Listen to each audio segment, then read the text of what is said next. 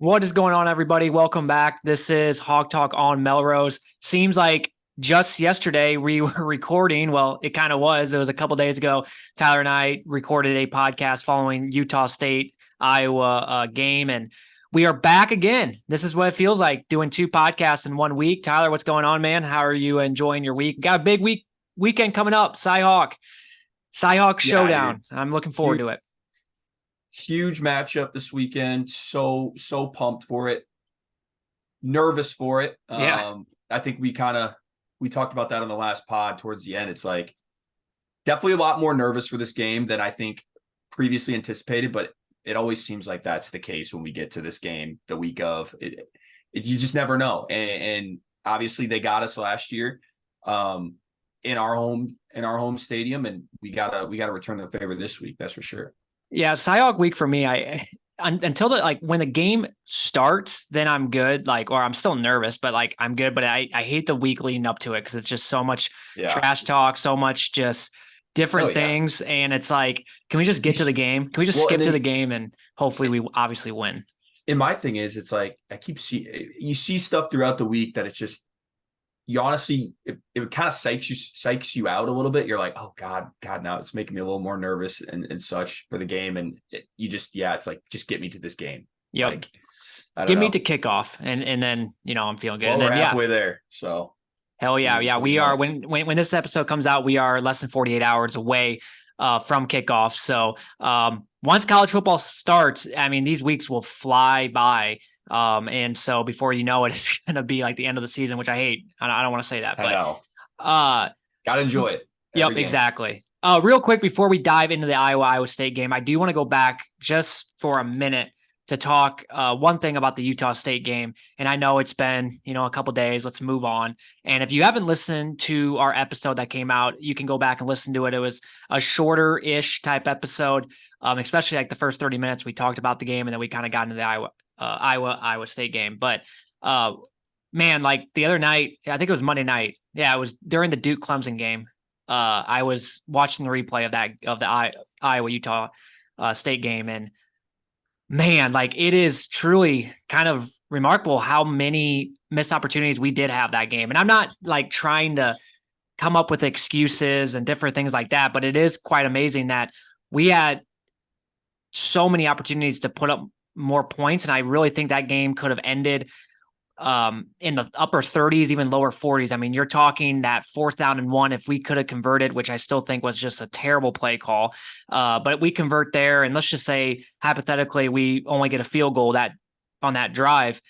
Okay, that's 17 points. And then you're talking Cooper DeJean's missed interception, where when we were in the stadium, I guess I didn't really think it was that bad, but holy cow, it was right in his fingertips, and should have scored there, or should have been a pick six, I should say. And you're talking 24 points. You have Nico's drop ball, but even on that possession, you had Luke Lachey and I can't think of his name either, LaShawn Williams. I mean, both of those guys drop balls. So we had every opportunity to score on that drive, and you're talking 31 points, and then we obviously scored in the third quarter, so that would have been 38 points at a minimum. But it is what it is. But I guess the reason I'm saying that is because I think we'd be feeling so much better. I know we talked about this on the last episode, but it is true, how close we were from making that game a 38, 41 to 14 type of game. And if that was the case, we would be feeling on cloud 11, right? Or cloud 9, I should say. Yeah. And, you listen to Cade after the game, and he said it best. He's like, there's a lot of plays, that were left out there on the field that we should have converted on. Mm-hmm. And, sometimes you just hear that and you're like, I mean, that's just a player talking, but you just named all the opportunities that we missed during the game. And a lot of it was due to drop balls. I mean, you're exactly right. It really, besides that 4th down call, that was a bad play call. The other play calls were there. The designs were great by Brian. We just didn't execute. Guys dropped the ball. Cade laid it on the money to Nico, to LaShawn, to Luke Lachey. Just drop balls. And is that week 1? Probably. But you can't you can't make that same mistake this week. I think when you get the opportunity to score a touchdown, we really got to take advantage of that. So, Yeah. but yeah, no, a lot of optimism.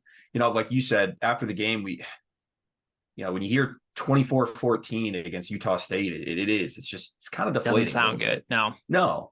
No. And you kind of start thinking the worst, right? In that moment. Oh God, here we go again. But really, we left a lot of plays out there. So you're exactly right. Yeah, you couldn't really say that last year to open up the season against South Dakota State. There wasn't really many missed opportunities that game. We just absolutely sucked on offense that day. At least on Saturday, there was opportunities where if we just executed, good things would have happened. So, Right. all right, let's move on to the Iowa State game then. But before we do that, Cade's injury status. I think this is going to be a topic every single week because, frankly, I think it's going to be something that's going to linger this entire year. I hate saying that, but I guess it is what it is.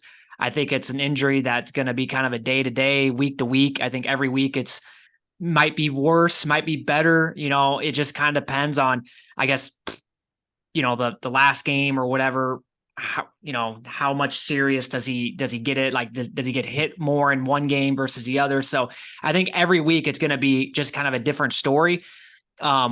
What we do know is I think going into, like, for example, this Iowa State game, there's going to be things that I believe that we're going to be limited on offense on certain things. Like, we're not going to do certain packages because of Cade's whole quad issue. Right. Now, the blessing in disguise, which I hate saying this because there's no blessing in disguise for this. I wish Cade was 100%, but we always kind of joke about running more shotgun.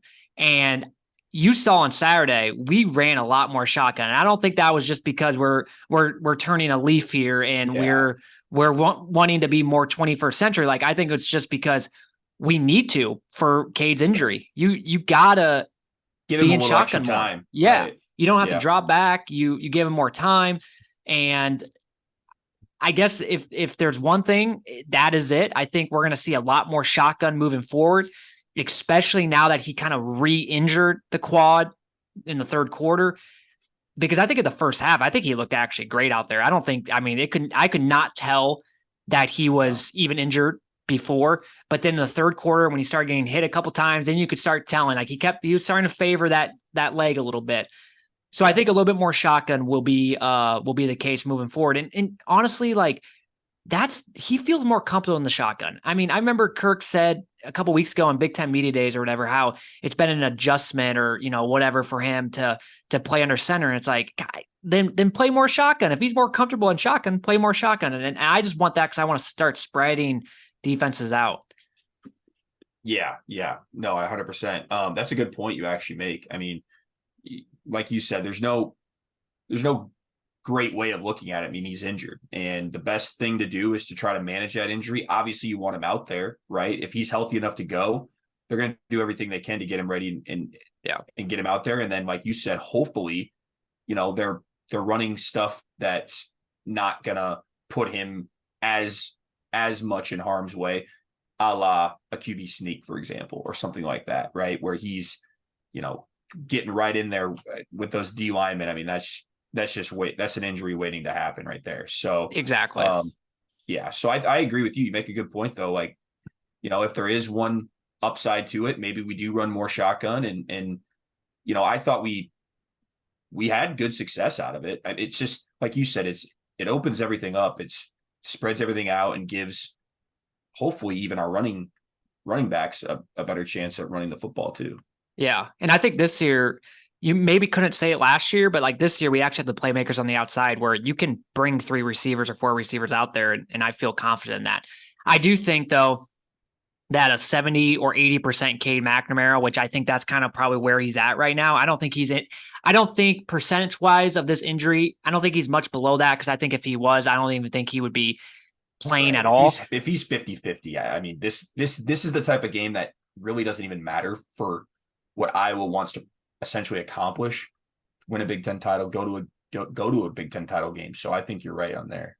Yeah. So, and I think a 70 or 80% Cade is better than 100% Spencer Petras, meaning like 100% healthy Spencer Petras. Like, I really do truly think that.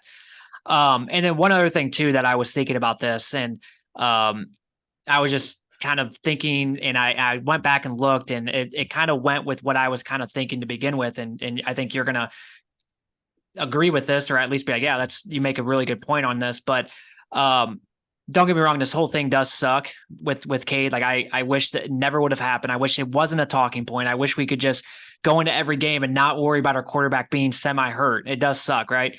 But I do think it's not the end of the world, because it would be different if we had a scrambling quarterback. And what I mean by that is having a quarterback that is maybe a little bit better at running than passing to begin with. I'm using like an example like Jeff Sims for Nebraska, right? Like that dude, he is a really good runner, not a very good passer. Cade, in my eyes, is a natural pocket passer. So we don't really need to rely on Cade scrambling. Now we do need him to be able to maneuver around the pocket. And I think with this injury, he could probably still at least do that. Now, yes, he's not going to scramble, but he'll at least do that. And honestly, when he was at Michigan, I went back and looked at this. This is where I did kind of some of my research. In 2020, when he played the 4 games, when he came in for that Joe Milton, or Milton or someone, I think he's at Tennessee now. Is he at Tennessee? Yeah. So he was the starter going in 2020 at Michigan. He was, and then Cade came in towards this back half of that season when Milton kind of was sucking, and he played 4 games. He had 0 sacks in those 4 games, but he had 5 rushes for 7 yards. And then 2021, the year that they made the playoffs, he obviously played in 14 games. He only had 11 sacks that year, 37 rushes for 26 yards. So it's not like he was ever a scrambling quarterback to begin with. It wasn't like we were bringing him in to do that type of stuff.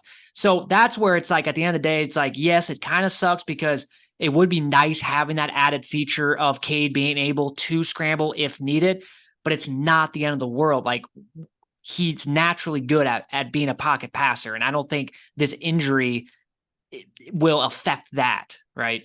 So thoughts on that? I think you make a good point there. He's not a dual threat quarterback by nature. He's a guy that can actually move around in the pocket, unlike our previous quarterback. And I think when we have Cade, it's almost like people think that we all of a sudden have like a guy that can run now. And it's like, I mean, he can run when he needs to, or when he has to, but it's not something that he's going to go out there and make a priority. So, and then the other thing is, that's where, and we talked about it. They did a pretty good job last week in pass pro, but that's where that offensive line for Iowa needs to make sure that they're doing their job and not putting him in harm's way either. So. Yeah, I think it's so hard because we were playing Utah State. So it's like, can our offensive line actually keep up that? Because that would be big. I mean, it would be big if they can continue to be a really good pass blocking offensive line. It's only going to help things. But I just think with Cade, like, as long as he's able to maneuver around the pocket, because there's going to be times throughout the game where you're going to need to do that, or step up in the pocket or whatever. If he can at least do that, then this injury, although it does suck, I don't think it's I'm not going to sit here and lose any sleep over.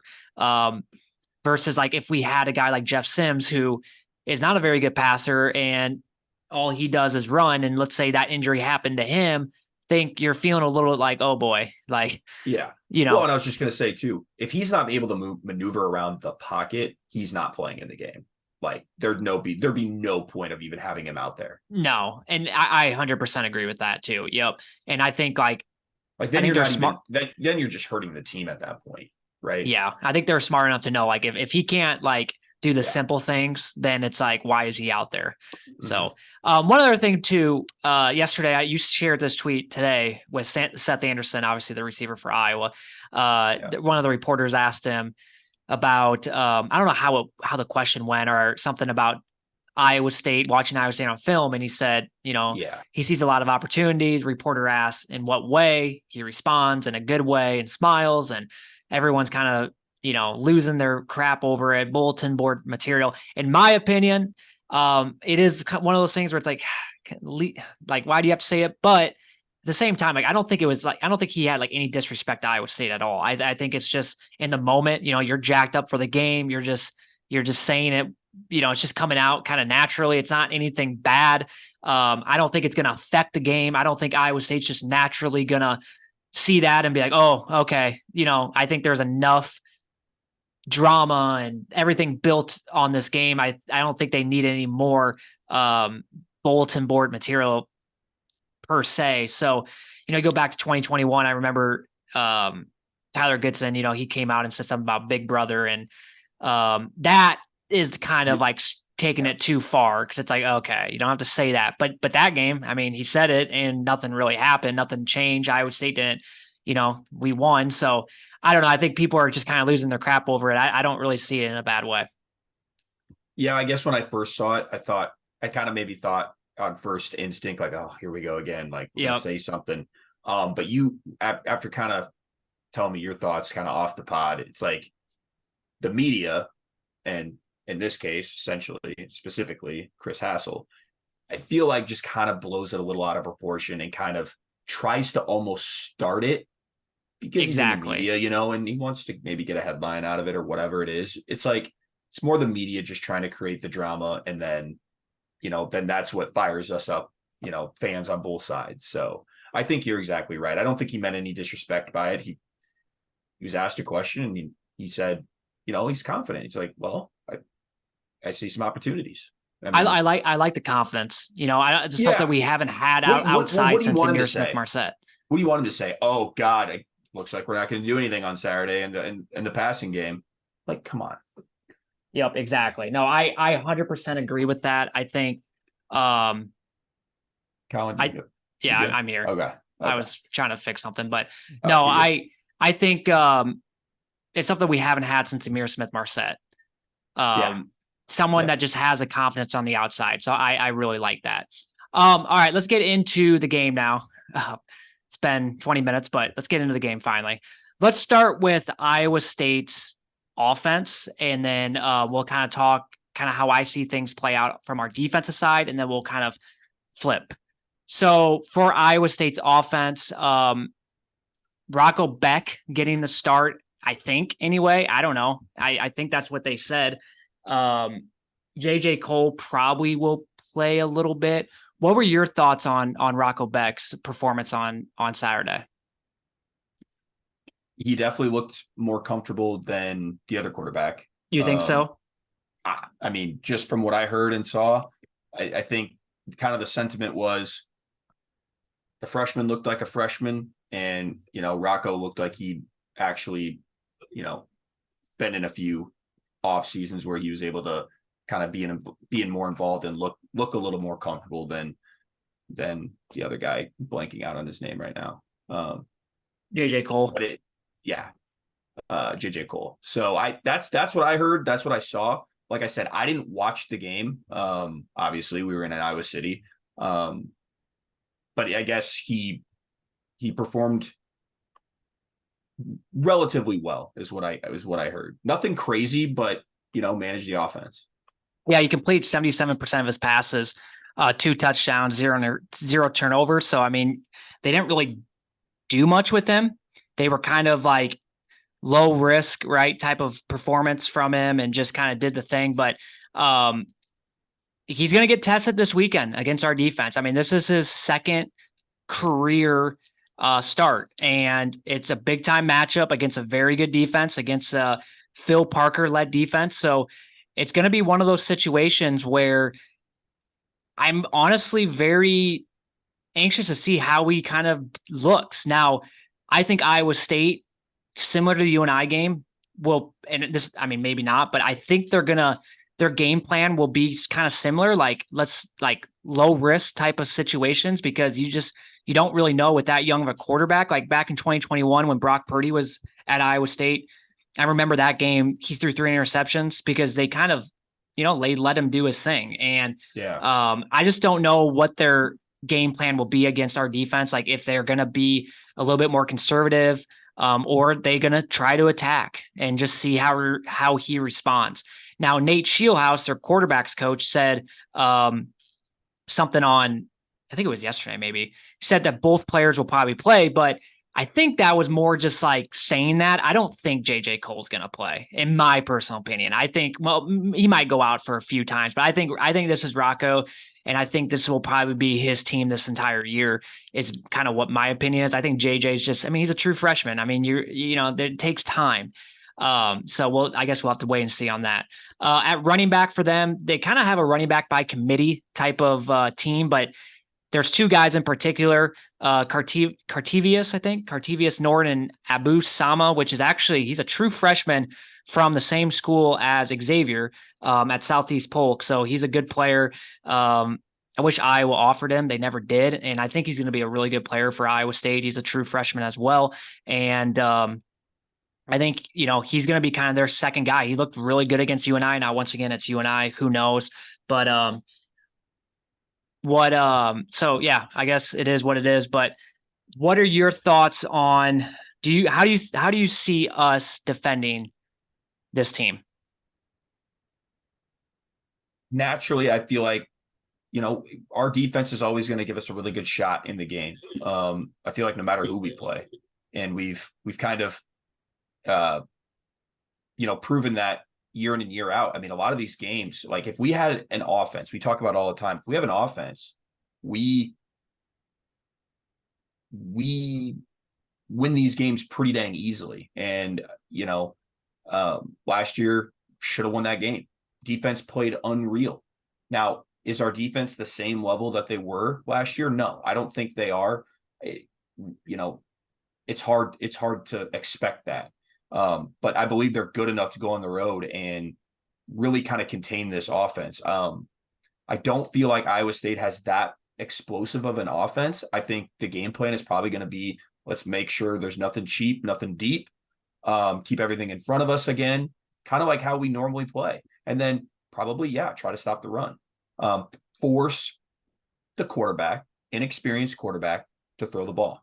And they probably are looking at kind of the same game plan for us, right? It's probably, let's make you beat us throwing the ball. I'd say the same for Iowa State with that quarterback. So I feel like they're going to have success this weekend. It's a matter of if, can we win the turnover battle? Can that defense, can Cooper not drop a ball this week, right? Yeah. Come up with a big play. And I think that'll be a huge, obviously it always is, but give us a couple extra possessions, man. I'm feeling good. Yeah. One other thing too I want to point out is Rocco on last week's game, when I kind of went back and watched, he threw to the tight ends a lot, but that doesn't mean that they don't have good wide receivers. Now, they did lose Xavier Hutchinson, who actually made the 53-man team for the Texans. So that goes kind of show how good he was last year. Thank God he's gone. But they do have some other good wide receivers. Jalen Noel, who's kind of a smaller dude, but then Jaden Higgins, who's more of their kind of 6'4" type of player. So they have playmakers on the outside. They don't have that Xavier Hutchinson from last year, but that doesn't mean that they can't or won't do good against us. So we still have to keep an eye on that, especially with Deshaun Lee starting. This is going to be his second career start. Obviously, it's going to be a little bit tougher this week going up against Power 5 wide receivers versus playing a Mountain West team, but that's going to be interesting to see.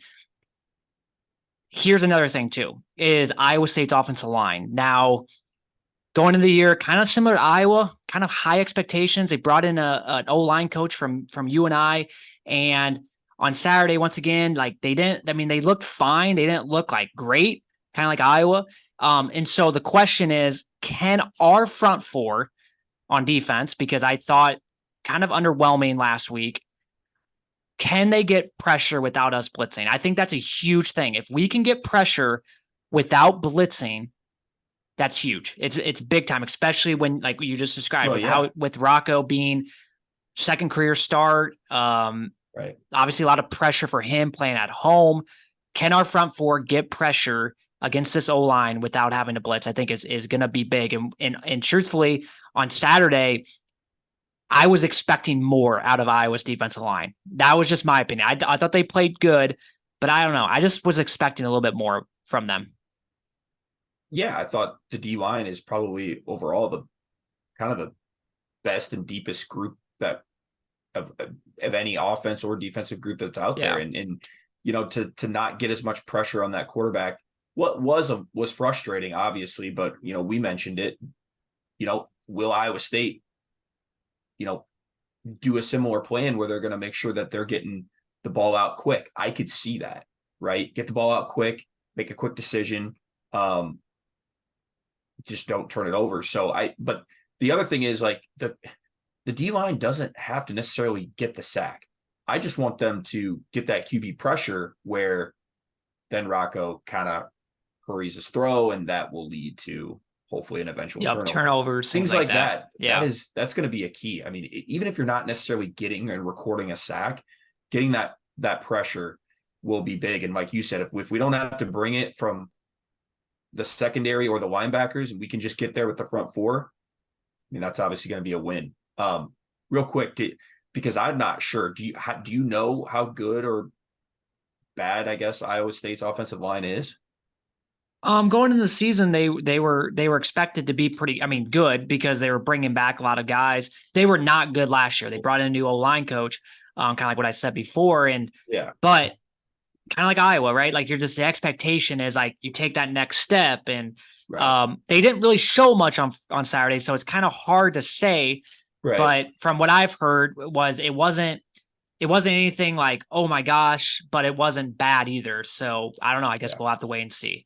So it sounds like there's some opportunity for the D line to do that. Yep, exactly. Yeah. All right, let's switch over to Iowa State's defense now. Starts up front. Now, this is a really good defense, a very, very good defense. But you go into this year, you lose Will McDonald, who now plays for the Jets, and MJ Anderson. But it's still a really good defensive line, led by Dom Orange. He's like their nose tackle. He's huge. And then Tyler Undidim, I don't know what Undidim or something his last name is, but they're both really good players. And what they're good at, or what they did against UNI, was they had really good linebacking and safety help on the run. And they allowed only 2.9 yards per rush versus UNI, which, man, dude, after watching us play against Utah State, we couldn't even run against them. That's what makes me afraid about this game. If we can't run against Utah State, how are we going to run against, a defensive line like Iowa State's? And then, like I said, they do a really good job from the safety and from the linebackers. It's going to be tough. And I just hope we can, I really hope, I'm praying that we take that week 1 to week 2 jump from the run game, because it's going to be pretty dang tough.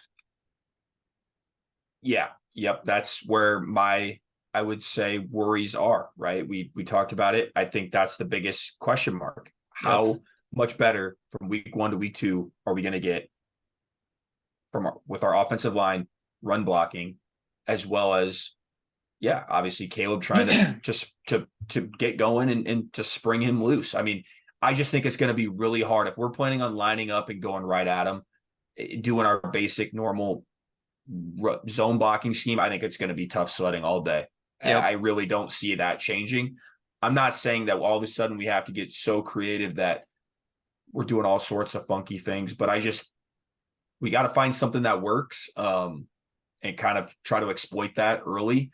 I don't know. I'm obviously not an offensive coordinator. That's what Brian's there for, right? But they've got to get better in the run game, because I just think if you're planning on lining up and throwing it 40 times, well, that's yep, exactly. And going back the last couple of years, we haven't really been able to run the ball against Iowa State. I think they know how to attack this zone run. It kind of goes back to like when Iowa always plays Wisconsin every year. And it's like, okay, can we just one year because they know how to defend it. So it's like, can we just do something different? And so it's like going to this year, it's like, okay, they know how to defend. After a couple of years of them stopping us, that we finally recognize and have even into the offseason, have planned for this moment, right? Not just doing our normal, but I don't know, it makes me nervous. Yeah, and so not only that, but they have a really good secondary as well, similar to Iowa's. They play a 3-3-5, so they have 5 guys in the secondary. They have TJ Tampa, who is going to be an NFL draft pick, Malik Verdon, Jeremiah Cooper, who won Big 12 Defensive Player of the Week last week. He had 2 interceptions, including that pick 6. Miles Purchase, and then Bo Freiler. So very, very good secondary. Our receivers are going to get challenged. Our tight ends are going to get challenged. So if we can't get the run game going, I really hope we can at least get that going. But that's going to be tough as well. That's why I just think this is going to be a low scoring game, because it's just like, until I see our offense, and even though like we saw flashes on Saturday, we got to take that next step. And until we see that, it's going to be tough for me to think like, oh yeah, we're going to be able to score, Right. But I think big picture, like before we kind of wrap with our prediction, I think with Iowa State's defense is like, how much are they going to try to pressure Iowa to get Cade hurt, or like just to get him kind Rattled. of, that was the word. Thank you. Because obviously if you get to the point where you keep laying the hit on him, yeah, he's going to be feeling it. And that's probably what their game plan is, that they're probably going to try to pressure big time. So I hope that our pass protection is as good as it was last Saturday. Yeah. And real quick, I know we talked about this a little bit last episode, but it's like, I'm not worried about Cade in this game. Like, he's been in bigger games. Yeah. Yep. Like, Exactly. that's not what I'm worried about. Him going on the road. Yeah, he hasn't been in a true road game in a couple of years. That is a fact. That does still mean something, I think. But listen, he's supremely confident. He's been in bigger moments. He's been through the biggest moments to be in the playoffs, right? So that I'm not worried about. I think you're right. I think we got to do a good job collectively, offensive line, and then Cade's got to be smart. Be smart, and if you have to, essentially, if you have to take the sack, take it. Don't risk further injury. I mean, this game, yes, it means a lot this week, but in the big picture, we got bigger things ahead. Yeah, so. we have Penn State coming up. We got some big games. All right, so your prediction for this game? So, kind of like what you were saying, I just think it's going to be lower scoring. We put up 24 against Utah State. I might be giving Iowa a little too much credit here. I don't know, but I'm going to go 20-14. Iowa gets the victory. I think it's going to be classic back and forth. I feel like Iowa's offense makes one more play than Iowa State on offense, and we get an extra touchdown and we win the game 20-14. I just think it probably will come down to the fourth quarter. I think, just because I think the defenses are gonna there's gonna be some 3 and outs in this game. I really think that. Oh yeah, there's gonna be a lot. Yeah, and I'm giving Iowa State's defense a ton of credit. Like you just mentioned, they're really good. They're really, really good. And it'll be a classic back and forth, grind it out, ugly game. And my head is telling me that Iowa is good enough to win this game 20-14. So all offseason, I think we both felt really confident going into this game. I think during the offseason, especially when the whole gambling situation happened, I think we even felt even more confident. I think there was maybe times this summer where there was the feeling of, God, I think this might be the year Iowa smokes Iowa State. And it was even before last weekend. I kind of changed that. I thought it's going to be closer than I think what people might think it's going to be. And so I originally in our preseason, like the full season predictions, which we obviously can alter as the year goes on. That's just something for fun. We both had, or I had 23-13. So obviously it's still pretty dang close. After watching last weekend, I still feel confident in Iowa, but I think it's going to be a really close game. And I have it 17-13 Iowa, but I still feel confident. And it's, for me, there's a couple reasons. Obviously, the first reason is, at the end of the day, like if you compare apples to apples, we're the more talented team. And that's no knock on Iowa State. It's just, we're just older. I mean, they have a lot of young guys. And I just think when you compare from top to bottom, position by position, now they have some position groups that are better than ours. I mean, I'm not saying that. I'm not saying we're like better at every single thing, but like when you're just looking at just the players and everything, like we are a little bit more talented. It is. But that doesn't mean that you're going to win just because of that. I mean, you look at Clemson, Duke. Clemson, more talented team than Duke. What happened? Duke beat them 28-7. Toledo, Illinois. Illinois almost lost to Toledo. Guarantee you, Illinois, more talent than Toledo. I think the biggest reason, the second reason is, and this is the biggest reason, is the experience factor. You look at Iowa State's team, and this is no knock on Iowa State. They're a very young team. That means the future is bright for them. But this year, very young. Iowa, on the other hand, is not a very young team. We've have players that are on our roster that's been through these big games, and it all starts at the quarterback position. This is where I feel confident. You have Iowa State, who has a quarterback that this is his second career start, going up against a quarterback that has played at Michigan State, at Penn State, at Wisconsin, Ohio State, Iowa in the Big Ten championship game, Georgia in the floor or in the college football playoff. Huge games, especially the Michigan State, because they were on the road. I mean, that's similar to this. Ohio State, college football playoff. He's been here before. He knows what it's like to play in big time games. Rocco hasn't. And once again, that's no knock on him. It's just, he just hasn't. So that's where I feel confident at, is because of that reason. I think you mentioned the 3 and outs. I think there's going to be a lot of 3 and outs. I think there's going to be a lot of times in that game where it's going to be ugly. It's going to be like, man, similar to last year. But I think at the end of the day, though, our defense does enough, and our offense, kind of what you said, has that one extra play that just gets us over the top. And that's how I think it's going to finish. It's going to be a fourth quarter game, in my opinion. But I do think we're going to walk out of Ames with the dub, bringing back the trophy back to Iowa City, and getting ready for Western Michigan next week. So I hope you and I are right. That is one thing I hope. And real quick, Collin. So last year, Deckers, was that his first year starting too? Yes, it was. So I've been seeing on Twitter, it's like Iowa fans are claiming that Rocco doesn't have experience. Well, Deckers didn't either when he played Iowa, and look what happened. He beat him in Iowa City. Now, my argument is, if we had this year's offense, even after seeing what we did against Utah State, we win that game by at least 10 points last year. Yeah, because Iowa State's offense, I mean, they were not good in last year's game. They had 3 points going in, like in the fourth quarter. We missed a game-winning field goal in the rain to lose that game. Yeah. So it's funny. I've seen some of that type of stuff, and I think it's Iowa State fans trying to convince themselves not to worry as much. Like, okay, we've been in this situation before with the quarterback. It's like, yes, but we were so bad on offense. Like, there's no reason. We did not deserve to win that game last year. Think about it. All they had to do is score 8 points or more. Yeah. Think about going in that game last year. Like, let's say we knew Iowa was only going to score 7 points, which they did. And I told you, all Iowa State has to do, all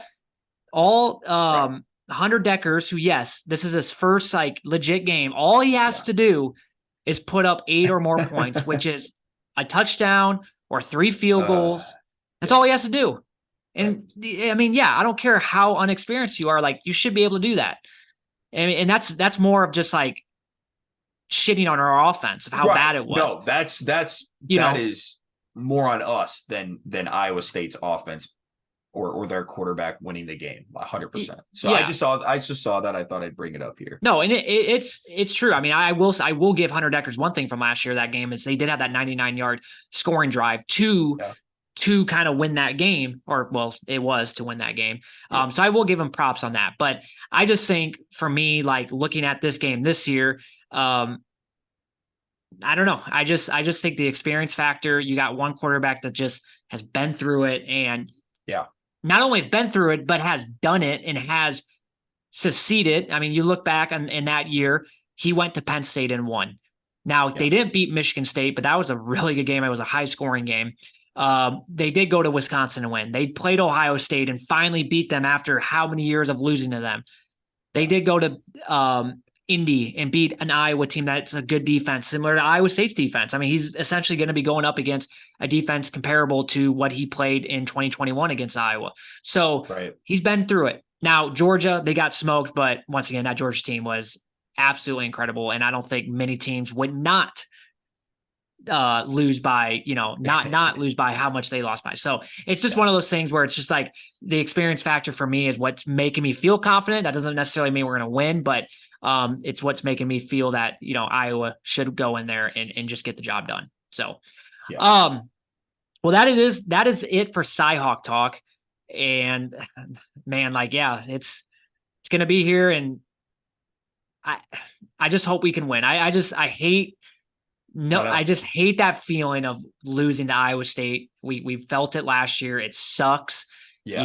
I don't know. It's hard to explain. Well, and as the week goes on, Colin, I know at least for me, and I'm sure it's similar to you. It's like every day that goes by and we get closer to this game, I keep getting more nervous and anxious, and Yeah. it almost is like I want the game to be over, and it sucks. It's the one game of the year that I just it feels like it's so hard to enjoy it during it, right? You just want that win so badly.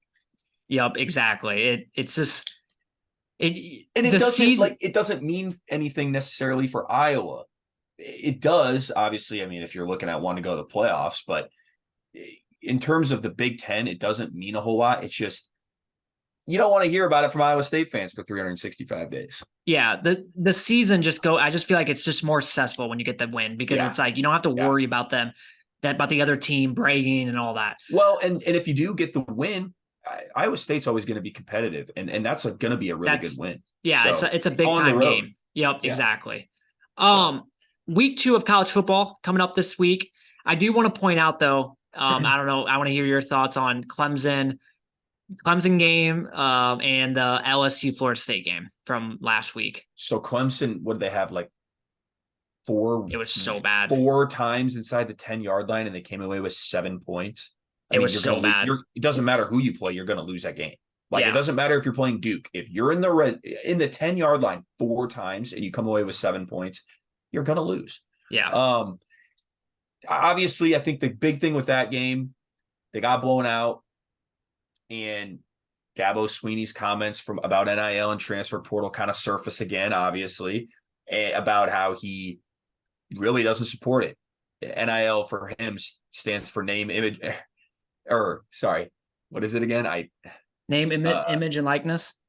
Well, but he said God's name, image, and likeness. Right, in God's name, image, and likeness. So he's just not a supporter of it. He never really has been. He's been very outspoken about it, and I think people are trying to, jump in at him right now and be like, well, and I think it's true. If you're not going to adapt to the NIL and transfer portal, especially if you're Clemson and your aspirations are probably college football playoff, at least they have been.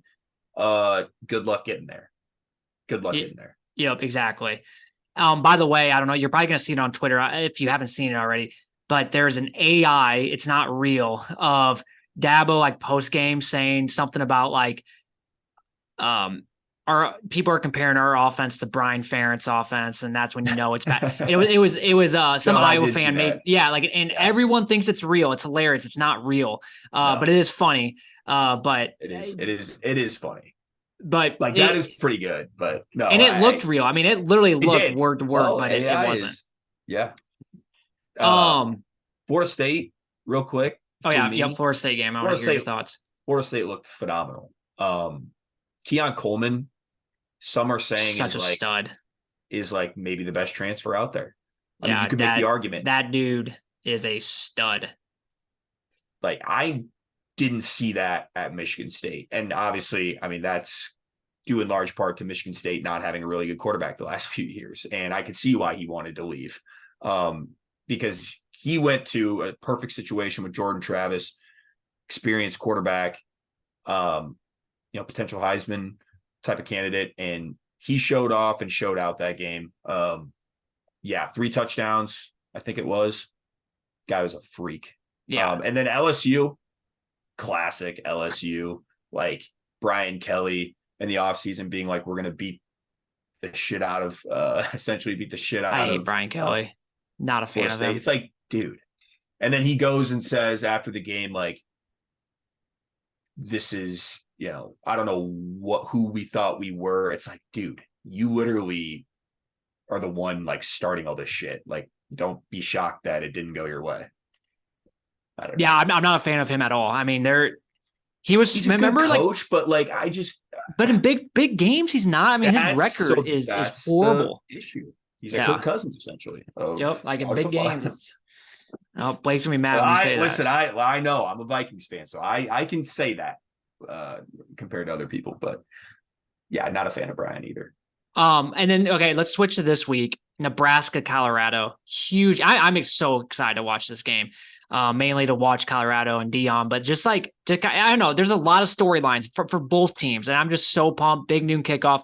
It's going to be a great kind of appetizer to the entree of the day, which is Iowa and Iowa State. You like that analogy?